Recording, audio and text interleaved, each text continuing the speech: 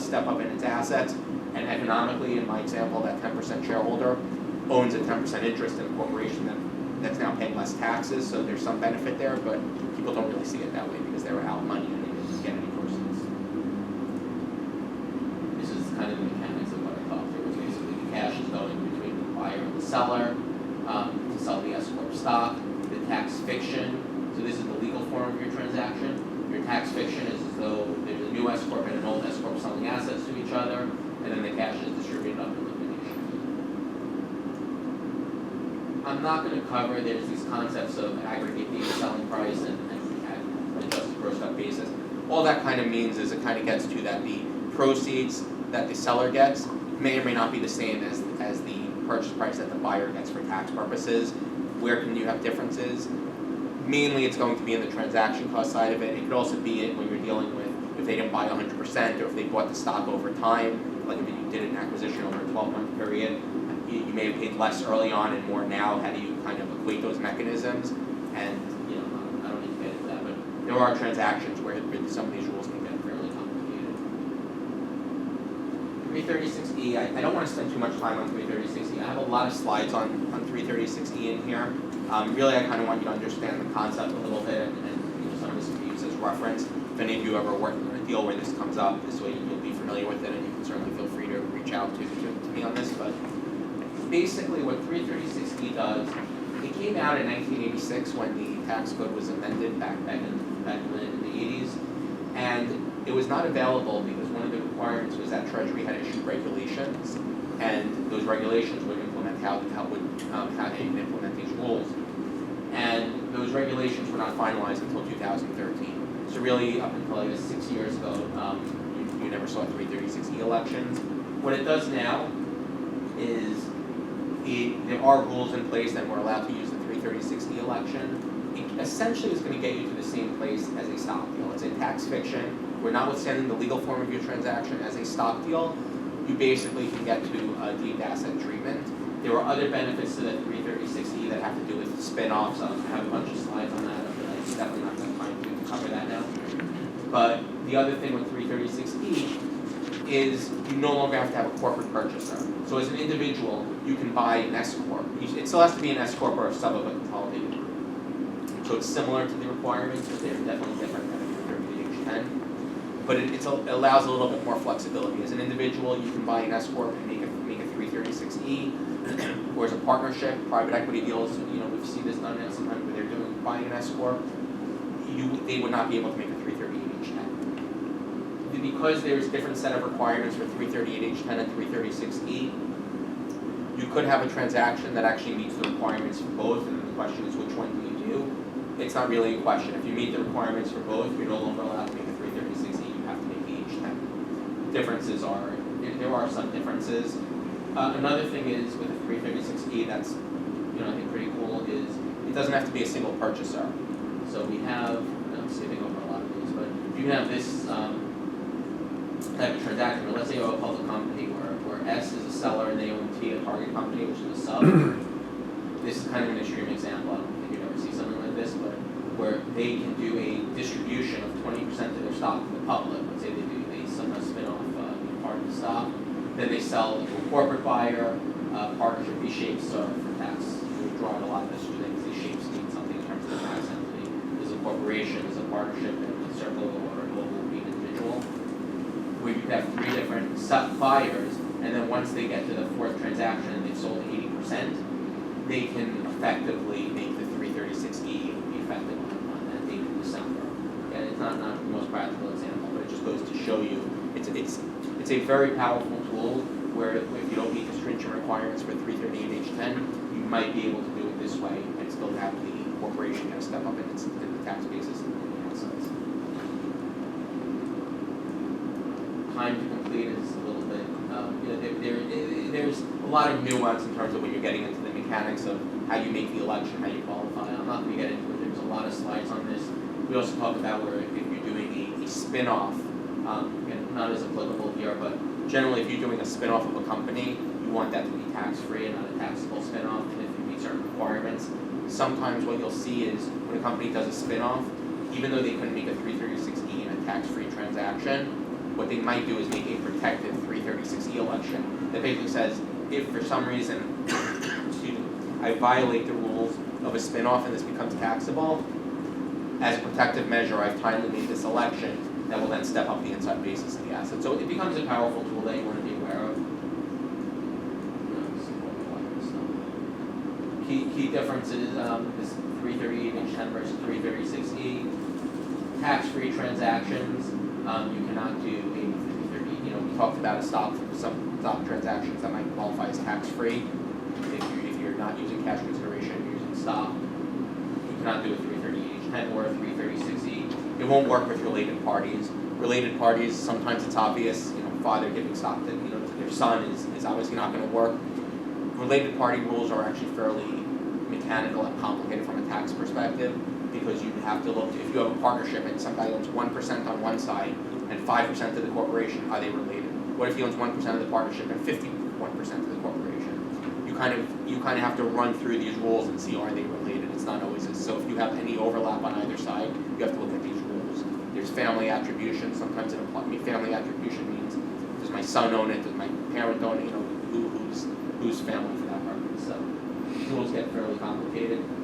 Not dealing with foreign countries. Next few sections I want to cover are fairly brief. I just have 1 or 2 slides on each of the sections. This is the F-reorg transaction for an S-corp. This is becoming a very powerful tool and very common.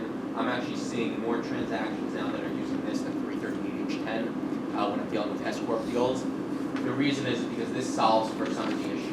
Remember I mentioned on a 338H10 election, if you have a shareholder where you're only selling 90% and there's 10% rollover, in a 338H10, you're triggering the tax to that person who rolled over. This transaction can solve for that. I'll go through why. So you can have tax deferred rollover. You can also do less than 80%. If you're buying 70%, those other elections aren't even available to you. You can still get a step up with respect to the 70% that you purchased. Another one too is where we talked about from an S corp. If historically they were a bad S corporation, if something comes in the future and it turns out that they're not a good S corporation, you always have the historical liability that doesn't go away, but your step up is gone in the 338H10. Over here, you've kind of preserved your step up. Why do we not see this sometimes? It's actually a little bit more complicated. You basically do a restructuring where you set up a new corporation, contribute the old corporation in, and then convert the old one to an LLC. And I know that's kind of a mouthful. I'm trying to go through these relatively quickly. But essentially, you end up with this structure. Instead of the simple one where you sold stock, and then A is our buyer here, which is a partnership, where A now owns the stock. You now have this old S corp is a partnership between a new S corp and a buyer, and the shareholders are up here. So it's a little bit more complicated to set it up, but it solves for a lot of the issues. So there are times that it can be a powerful tool. If you're doing S corp transactions, this is definitely something you want to be aware of. In the M&A space, we do a lot of transactions where this turned out to be the preferred structure. And again, it solves for a lot of the issues. Earnouts, I don't really need to spend too much time on this, but basically the earnout is, we talked about, is just if a buyer and seller can't necessarily agree on a price up front, it is common in transactions to agree to pay additional proceeds if certain earnings targets are met. It could be if buyer and seller can't agree on a price. It could also be that if sellers can continue to manage the business, you want to motivate them to move forward. Is that money for the earnouts used to sit in escrow, or just assume that it's going to come out of the seller's working capital? I haven't seen transactions where it's in escrow. I see escrow more where buyer has to put money aside, Right. where, your typical escrow. I don't see why it couldn't be, but I personally haven't. I don't know, Peter, have you seen that, where some money for an earnout is separated aside for an escrow? It usually will come out of future earnings, I would think, right? It can vary, it depends. Yeah, I mean, I don't see a reason why it couldn't, but I haven't seen it. Yeah, I mean, I guess there's some risk to it either way. I mean, it would tip. So one thing that's interesting though is it's not always a buyer. A lot of times will say that it's the company that pays the earnout, and then you kind of get it. It gets a little more mechanical. Usually, the buyer is not going to be the one to write the check. That doesn't mean they can't do it, Right. but they're going to say, well, the company is making these earnings. The company will pay you additional proceeds, and it'll be some sort of preferred distribution, or you know, depending on the structure, I mean, you can get there different ways. Yeah, and on day one, they typically reserve for that, so they have that liability sitting there that they're anticipating they're gonna pay it.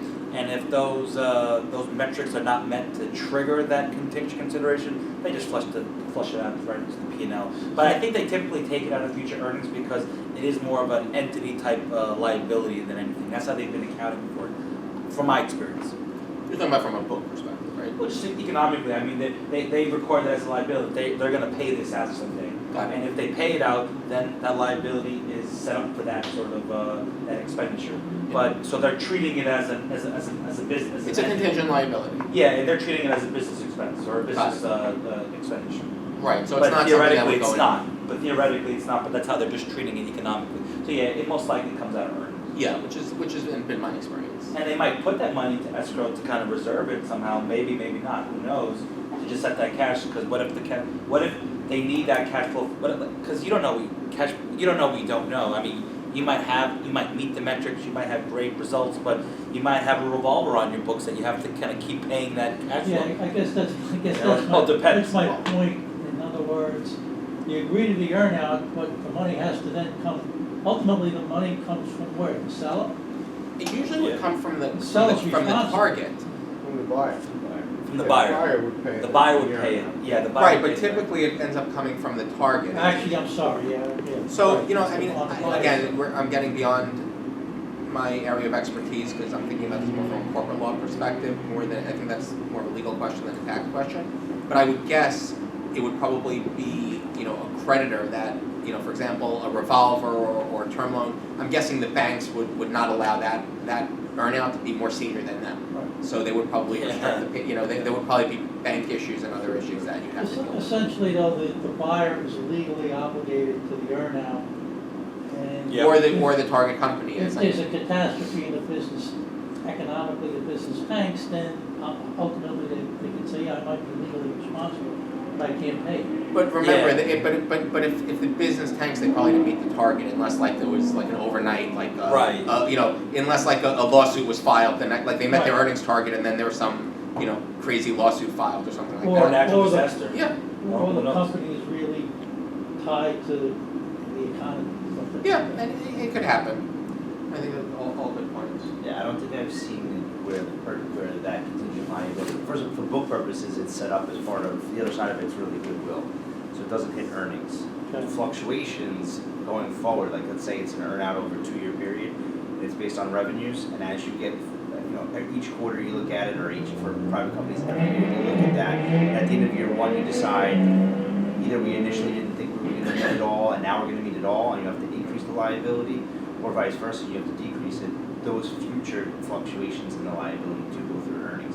I don't think I've seen where the contingent liability gets put aside into escrow. I've seen a number of times where the targets have been hit, the liability's owed, but the company doesn't have the money to pay. That happens. And then that becomes more of a legal dispute. Who's identified as the buyer? Who's legally responsible for that Right. payout? I mean, they typically, if they have the money out of the funds of the company, that's where they, you know, tend to, because they don't want to put money out of their pockets. Of course. They'll just use the earnings to pay out that Right, contingent right. consideration. But if the company doesn't have the cash flow to meet that responsibility, and the buyer is ultimately responsible, and let's say you're the buyer, right? You individually, now you have to come up with the cash. That's more of a legal issue. How are you going to pay that? Right. Yeah. We only have a couple of minutes left. So the last section that I was going to cover was on tax due diligence. Kind of have a bunch of slides here about the diligence process, things that we look for when we're doing that. I don't need to really read through the slides, but basically, key thing that I want you to be aware of from it. Again, I'm talking about tax due diligence. Obviously, we're doing a transaction. There's many other areas, but due diligence is relevant whether you are a buyer or the seller or target company. A buyer is going to typically want to do buy-side due diligence. If it's a stock deal or an asset deal, the nature of the diligence will change, what the focus areas will change. If it's an S corp, the focus areas change. As a seller or the target company, you always want to be prepared for that process. We're seeing more and more companies do sell-side due diligence. We do sometimes, but what's actually fairly common is not doing the sell-side due diligence where we would produce a report for the buyer. There's a thought process. There's some companies want to do that. Some companies specifically don't want to do it. They say, well, why would I just lay everything out on the table for the buyer, let them kind of figure it out. But what we actually been doing more of is working with companies kind of behind the scenes, doing the diligence but not generating a report, saying we're going to go in before a buy-side team comes in, look at everything, ask all the same questions, request all the same information, so when a buy-side team comes in, A, they have all the information ready and can populate a data room. B is we will tell them before, oh, this is going to be an issue they're going to focus on, here's what they're going to be asking you on this. And if we come up with issues, depending on how early it is in the process, we can already help resolve it.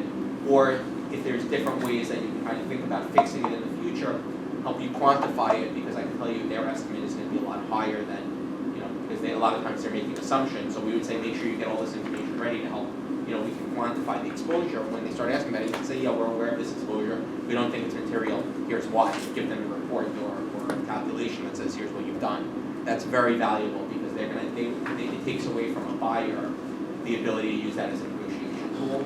Obviously, if you are the buyer, we help you find those issues, and just think of it as the other side of it. So we do, more of our business historically has been on the buy side, although more recently we're doing a lot more on the sell side, working with sellers on structuring. If any of these buyers bring up any of these issues, we always bring them up in terms of to get the step up, understanding now on the sell side what the incremental costs are to the seller, what their options are in terms of maybe buyer will come forth with a structure, make sure the seller really understands the impact to them, making sure, and maybe we can come, if we understand what the buyer's objectives are, maybe we can come up with a better structure. We talked about 338H10, 336E, we talked about the F reorg. Sometimes we can solve for some of those, like the F reorg, for example, solves for the tax-free rollover. So there are ways to kind of fix some of the issues that some of the other structures bring up, do the quantification. So we do a lot of work with both buyers and sellers. I'm calling this due diligence. Some of what I'm laying out here gets more into the structuring side. We work hand in hand with the attorneys on structuring as well. So if you're doing transaction, buyer or seller, usually want to make sure you bring in an M&A team and you're well advised. What I always tell clients is the other side will be that you don't want to go to those conversations where they're coming in well armed, especially if you're a target company being bought by private equity. They do deals every day. They're coming in with their accounting firm and their law firm who knows exactly every area, and this is not what you do every day. This is not your day job, and a lot of things end up. We've seen a lot of people get taken advantage of, like, as they don't realize what they're agreeing to. They say, "Oh, I'm going to get more money." Someone says, you brought up a good example came up earlier. We'll pay more for an asset deal, and a seller will say, "Oh, great, I'm going to get more money."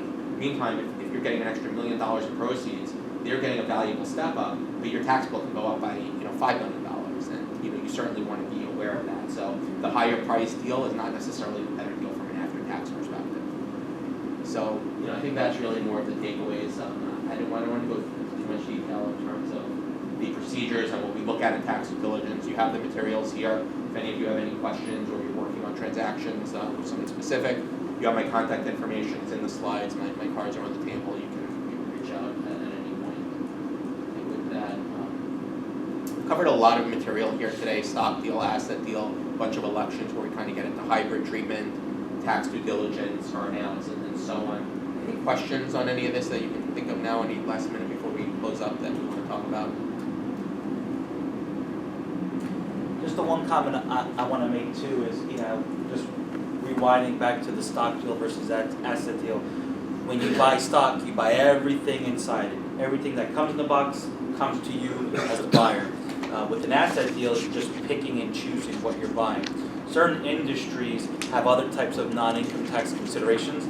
So for example, if you're a retailer or a wholesaler and you have one of your biggest non-income taxes is sales and use tax, which is the most dangerous type of tax you can think of. If you're doing a stock deal, all those registrations with every single state, and assuming you're doing business in every state of the country, those come with you, those just tag along. But if you're doing an asset deal and you're just picking and choosing what assets of a trade or business you're buying, well, now you have to re-register every single state immediately just to go through your normal trade or business, for buying and selling your products and collecting sales and use tax. Because if you don't re-register those sales tax certificates, you cannot collect sales tax. You cannot sell your product in that state. You cannot do business in that state. So there's a lot of non-income tax considerations you need to think about when dealing with these stock versus asset deals.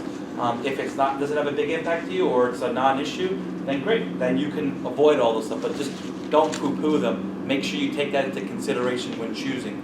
Because income tax is one key consideration, and then there's non-income tax considerations, and then there's non-tax considerations as well. There's a lot of variables that you need to weigh in when making that decision. No, that's helpful. I mean, and I will share when you talk about this. I would say from a tax due diligence perspective, in my experience, most deals, the most significant exposure we find is on sales tax, where the companies don't realize what they need to be doing. I mean, they might collect sales tax in their home state, they could be selling it to 30 states, and they go, we're not required, we don't have physical presence. The rules have changed. I mean, they probably, in many cases, they had to collect in the past, and then with the Wayfair case last year that most of you are familiar with, those rules have changed, and a lot of states are being aggressive on sales tax, and it's probably one of the biggest exposure areas, and you don't get around that in an asset deal. So yeah, everything Peter said, you have to make sure you're registered and that you're going to do everything right from a compliance standpoint going forward. The historic risk doesn't go away, and you can't structure around it. So you do an asset deal, stock deal, any special elections, your sales tax exposure always follows you from the historic exposure. Well, I guess if the buyer assumes that there's some sales tax exposure, I guess you could put the money in escrow. Well, yeah, but for how long? Sometimes there's no statute of limitations. If they were selling for the last 20 years in New Jersey and never collecting tax in New Jersey, if you never file a tax return, your normal 3-year statute of limitation doesn't even start. Oh, yeah. So, yeah, I mean, a seller's not gonna let you put aside indefinitely 20 years worth of exposures. What you would probably do in cases like that, and I just worked on a deal where we did something like that, is we kind of quantify what the potential exposure could be. We go back, not necessarily 20 years, but maybe 3 years, maybe 6 years. And a lot of states have a VDA, voluntary disclosure program, and we say post-close, we're going to help you with this. Let's put money in escrow based on what we think the potential exposure will be going forward. And you're going to come clean in these states, and then continue to collect going forward. And then they'll either put that aside in escrow, or it could just be that maybe you'll say we don't do enough business in this state, the number's not big enough. If they ever come after us, we'll deal with our indemnity protection. I mean, the deal I was telling you I worked on, the exposure was, the deal was about a $180 million deal. The sales tax exposure was close to $5 million. I can tell you in the end, I mean, the seller was ready to walk away for having to put that much aside. In the end, I think, my client who was the buyer, I think agreed, I don't remember the number, it might have been they were willing to cap the seller's exposure. Against my advice and the attorney's advice to say don't be an insurance policy. They weren't prepared to lose a deal of a $180 million deal over a couple of million. They said, we'll cap your exposure so you're responsible up to this point. So it becomes a negotiation. The key is to have the information. There's no right answer. Once you do the diligence and you get the tax answer, you have the information you need, you go and do your negotiation. It's not up to me to tell you how to do that. I just have to make sure you have the right information. Now, most of these deals, from what I've seen, I've been involved in 2 or 3, they've all been stock deals. Is that usually where predominantly they're stock deals? You don't see as many asset deals because of the issues. A lot of times, I mean, it's from a practical matter. Think about what would be involved from a stock deal. You have buyer and seller exchange cash for stock. Right. As complicated as those agreements are, that's essentially what you're doing. An asset deal, you have to retitle assets. You might need consents. There could be.